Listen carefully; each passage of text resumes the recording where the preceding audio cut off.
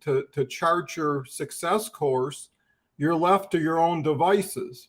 And initially, that's not too bad, but it gets really bad really quick if you don't switch to collaboration. And to give you a little information, how I got my best strategies and practices is by practicing and doing more. But I realized early on that what people were putting out there wasn't always related to what they were getting back. I saw tremendous, beautiful content that got one like and maybe a comment or two. And I got someone who put 5 inspirational words on a post and got 200 likes and 50 comments. So, what was the difference? Too many people focus on content when they should be focusing as much on distribution of the content, right? And best practices will tell you that if you're going to sing to an 18,000 seated stadium, you got to wait till the seats are filled or do something to fill the seats. You don't start singing as soon as the first person walks in. LinkedIn's the same way.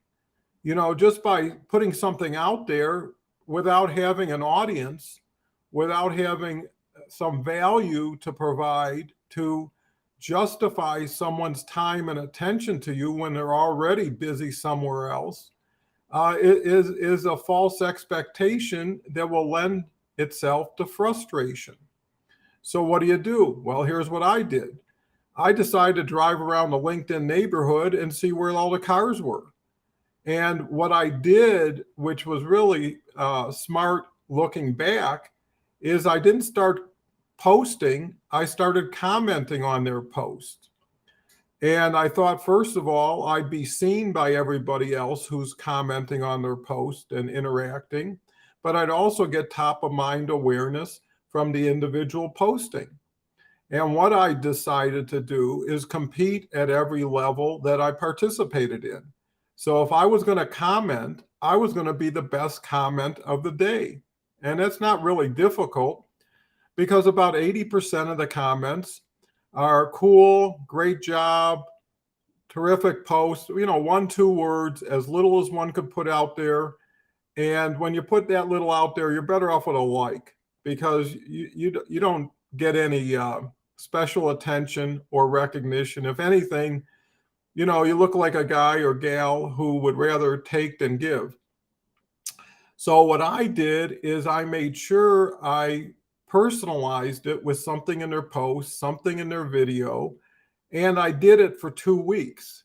Didn't take that long. Within 3 or 4 days, they at least thanked me, if nothing else, but out of guilt and desire to have me keep supporting their post. Plus, every time I promote them and share something important about what they just did, the other people in their audience starts to see it, and I become third-party validation and confirmation.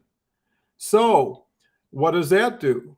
Well, over time, it's easier then to reach out to the person you've been supporting and they've been thanking and say, let's have a call. Well, now at least you're on a peer level based on experience as opposed to an outreach level based on being a stranger. It changes the whole dynamics. And that's part of having a strategy.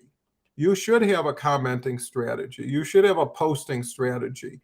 You should have a polling strategy. You should have a LinkedIn live strategy. Right now I'm offering programs that I really develop based on my experience, my success, and the ability to integrate that and duplicate that through others. And I've got a collaboration program that's really based only on LinkedIn Live. I got another collaboration plan that's primarily a game planning session, and I've got a mastermind group, actually 2 of them each week. If you're interested, today, 20% off, put Save 20 in the coupon box, and the pricing and the value is incredible. So getting back to best practices and strategies, the other key, like I mentioned, is having a strategy for everything. And it doesn't have to be complex. Just take a piece of paper. How do you comment? Okay. Take screenshots of your comments and put them down and see what they look like. Not much, or maybe a lot. You won't know until you put it down, and then grade it. graded on a system of 1 to 5, 5 being the best, 1 being the worst. Okay, so run down everything you do, and that lends itself to taking inventory of everything you do. So it's easy to do. It's like clocking in, clocking out. When did you get to LinkedIn? How long did you spend? What did you do? Follow up later on. What did you get? Follow up on that. What do you want to do now? It's very simple. 4 or 5 things, boom. And you can do that for every activity. And if you're not doing anything in an activity, it either tells you maybe you should look at it, or maybe you got a good lineup. The main thing is not doing too much with too little for too short period of time and expecting big results. So once you have a strategy, you only can do so many things, 5, 6 things. I don't know what they are on LinkedIn. Connect with people, comment, like, post, do a video, be part of a group, create an event. Now they've got Audible. I've got a newsletter I just started 3 weeks ago. It has 8,000 subscribers. But, it's really saying, what's my newsletter strategy? If you have none, put none. It's okay. It is what it is.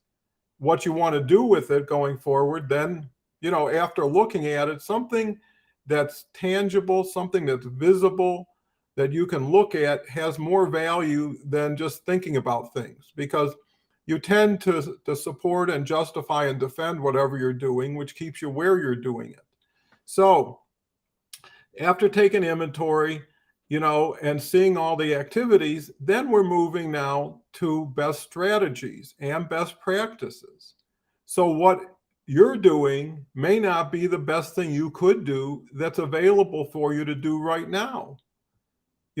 My programs are based on spending less time, getting more done, being more relevant, climbing the ladder faster, creating a competitive advantage, being in a place where you can't wait for Mondays, if that's when you start your week. I do this 7 days a week. I haven't missed a post in 1,000 days.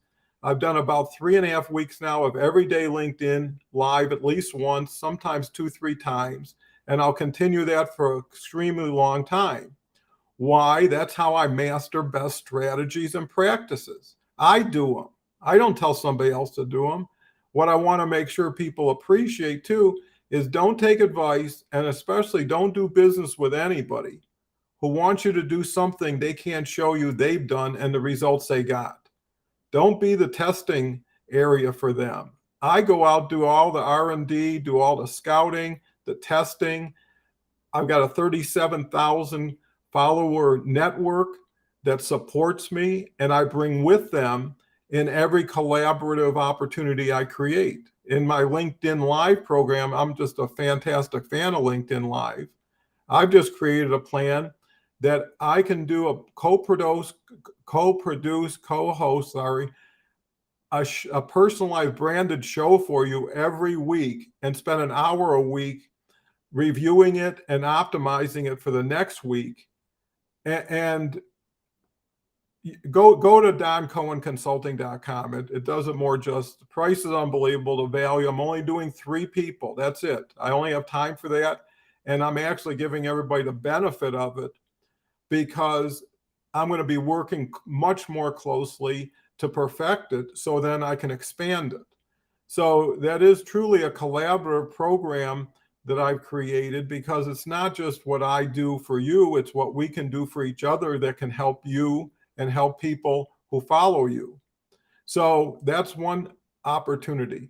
Getting back to best practices and strategies, see what everybody else is doing. Don't operate in a vacuum. What I also do is, anytime I want to do something, like make a major commitment, like I did with LinkedIn Live, so I go to YouTube. I type in LinkedIn Live. You know what? There's like 5 videos that are specific to it. 5.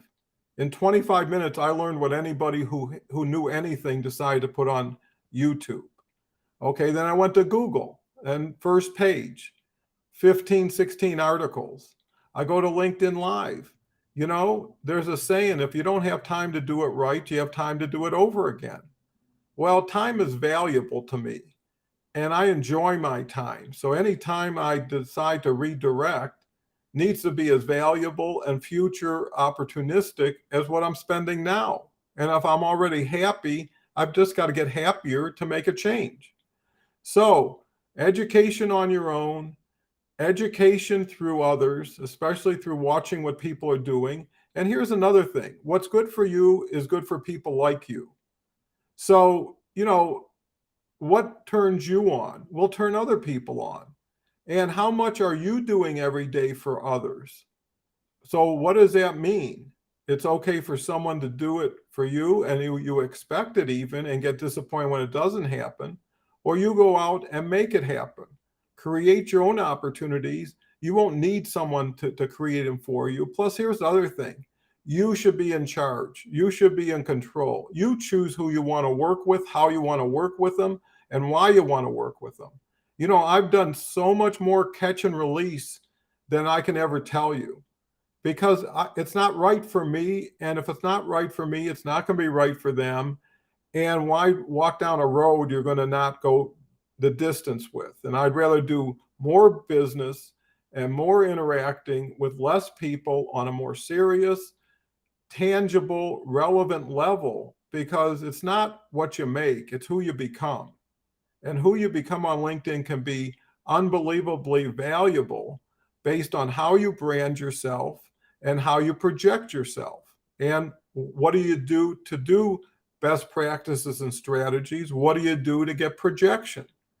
That's what I was alluding to earlier in the show. And if, this is a show you need to watch entirely. I know people are watching this live and they're in and out, and time is important, but you can take this, watch it on your own, at your own leisure, share it with other people like yourself who could use it, and really want to join something that's bigger than yourself but can be better for yourself by collaborating with someone like myself in some of these programs. And like I say, I'm only looking for certain people. And the people I'm looking for have to be committed, have to be passionate, have to be positive. That's so important. People are like elevator buttons. Some take you up, some take you down. I prefer to go up. So, look at that. 3 takeaways. Learn on your own, okay? Learn through others, and then learn with others, and then go to work with the ones who are working and the ones who can make you better for the time and exposure that they provide for you. And here's the thing, when I had my businesses, and I was in business for 37 years, built huge businesses that were significant, online and in other ways of distribution. People used to always come in and say, I don't want to start at the bottom. And I would always say, you're at the bottom for as long as you want to be there, right? Start climbing, start learning. I want people who are like passionate about their quality of life future, who don't see it now and can fast forward and don't see it happening the way they're doing what they're doing. So I'm not here to make people feel worse. I'm here to make people do better and do better together. So anyways, I just love doing these LinkedIn lives. The audience is growing. The feedback I'm getting and the insights are so significant and instrumental to me constantly making dynamic changes on the run, that, now that I can take it to the marketplace, I mean, it's like, well, check out DonCohenConsulting.com, see for yourself, 20% off, unpublished anywhere else but right here. And I'll see you tomorrow, if not sooner. As soon as I get something that's really cool and valuable to say, I'm on LinkedIn Live. Just flick the switch. I thought, if I'm going to be thinking so much about LinkedIn, why not think out loud to people who could benefit from it? And really, it's taking advantage of more people in less time, creating more value in a time and cost efficient manner. So anyways, have a wonderful day. We'll talk again, and appreciate